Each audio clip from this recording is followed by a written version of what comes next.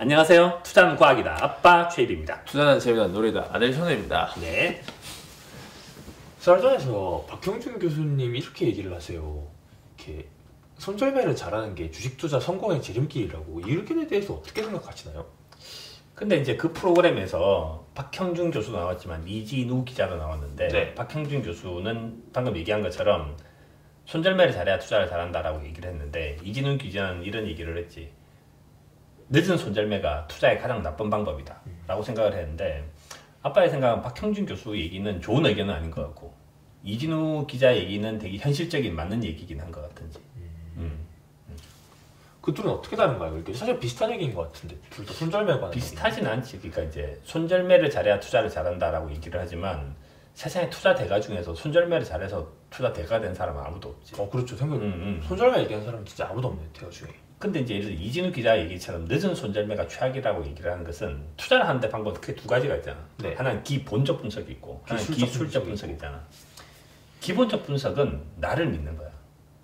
기술적 분석은 남을 믿는 거야. 그리고 식당 갈 때도 맛집을 찾아갈 때 다른 사람이 찾아가는 맛집 찾아가는 사람이 있고 스스로 개척에 들어가는 사람이 있잖아. 스스로 개척에 들어가는 사람들은 투자 대가들이 되어가지. 이렇게. 그래서 그 사람들은 뭘 공부를 하는가? 기본적 분석을 공부를 하는 거야. 그래서 그 사람들은 손절매라는 단어를 쓰지 않아. 워렌 버핏은 이런 표현을 쓰지. 내가 주식을 샀는데 그래서 주식을 팔기도 할 거 아니야. 손해를 보고. 그렇게 투자를 많이 했는데. 근데 그 사람 뭐라 그러는가 하면 Fundamental Deterioration Sell이라는 표현을 쓴다고. 그러니까 가치가 악화됐다. 그러니까 파는 거지. 가격이 떨어져 파는 게 아니라는 뜻이야. 파는데 이유가 있어야 한다. 이유가 있어야 되는 거지.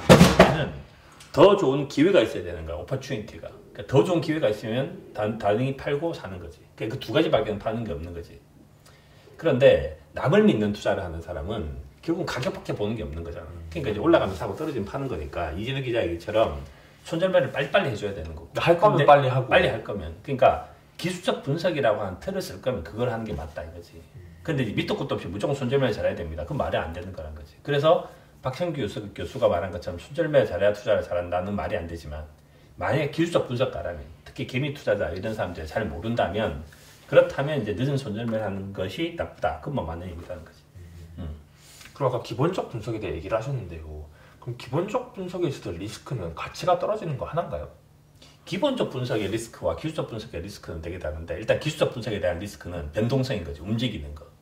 그게 실제로 가격을 내가 샀는데 가장 재수없는 가격 케이스는 뭐가 있는가? 내가 손절매 한도 폭이 이만큼 떨어졌다 다시 올라가는 케이스. 그렇죠. 가장 최악인 너무 거지. 슬프죠. 그렇지. 그래서 기술적 분석을 하는 사람들한테 리스크는 발라틸리티야. 변동성이라고 하는 거지. 이렇게. 근데 기본적 분석과 리스크는 이제 그건데 펀더멘탈 디테레이션 되는 것보다 그걸 못 찾아내는 거지. 내가 모르는 거지. 그래서 이제 버핏이 옛날에 그런 표현을 썼는데 그 발라틸리티가 리스크가 아니라 이그노런스가 리스크다. 네가 모르지 않냐. 이렇게. 그래서 워렌 버핏은 투자를 잘하려면 끊임없이 배워야 된다는 표현을 쓰는 거지. 그래서 그 사람 별명이 에버러닝 머신이잖아. 그쵸, 왜냐하면 내가 진짜 몰랐으니까. 그래서 버핏이 쓴 표현은 되게 재밌는 표현인데 자기는 50세 이후에 번 돈이 99%고 자기는 50세 이전에 투자해서 아는 게 없었다.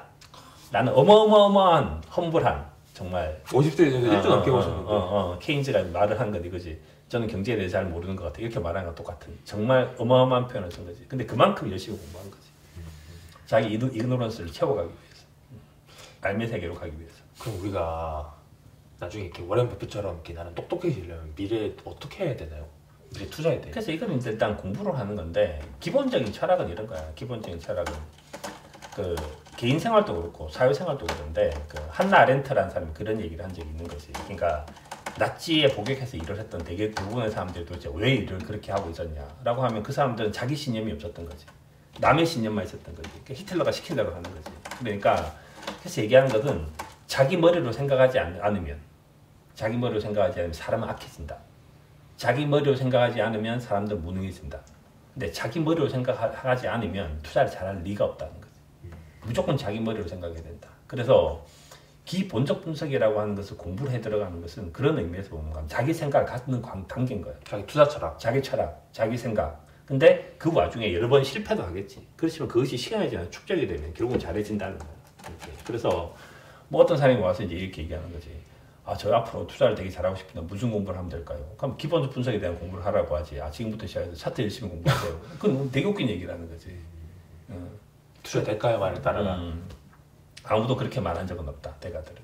그럼 마지막으로 오늘 이슈에 대해 한 줄 평. 투자는 자기 생각을 가지기 위한 과정이다.